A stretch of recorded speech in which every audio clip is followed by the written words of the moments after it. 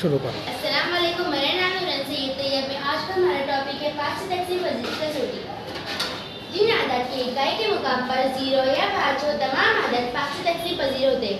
मसलन 5,08,980 इनकी इकाई के मुकाम पर आ रहा है 0, इसका मतलब ये 5 से तकसीम पजीर हो सकता है। दूसरा हमारा आदत है 6,790, इनकी इकाई के मुकाम पर भी 0 आ रहा है।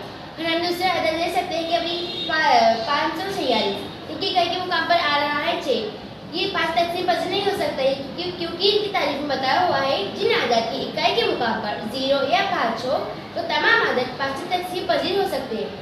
दूसरी मिसाल 9 से तकसीम पजीर की कसौटी।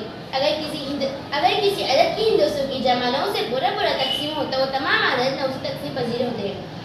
1980 के टुकड़ों में जमा करेंगे।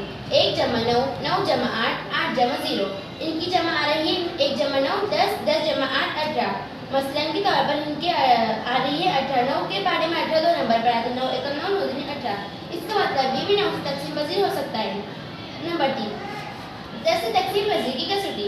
जिन आदत की इकाई के मुकाम पर 0 हो तब वो आदत 10 से तकसीम पजीर होते हैं। मसलन 49,420 49,420 की इकाई के मुकाम पर भी 0 आ रहा है, इसका मतलब ये भी 10 तकसीम पजीर हो सकता है। दूसरा आदत है 1,540 की इकाई के मुकाम पर 0 आ रहा है, इसका मतलब ये भी 10 तकसीम पजीर आदत है। शुक्रिया।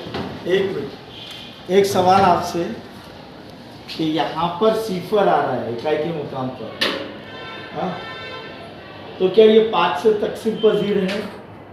हाँ, क्यों? क्योंकि आप इसकी भी तारीफ में बताया हुआ है इनकी भी तारीफ में बताया हुआ है क्योंकि इनकी इकाई के मुकाम पर 0 होने चाहिए, 0 या 0 या 5 होने चाहिए। Very good.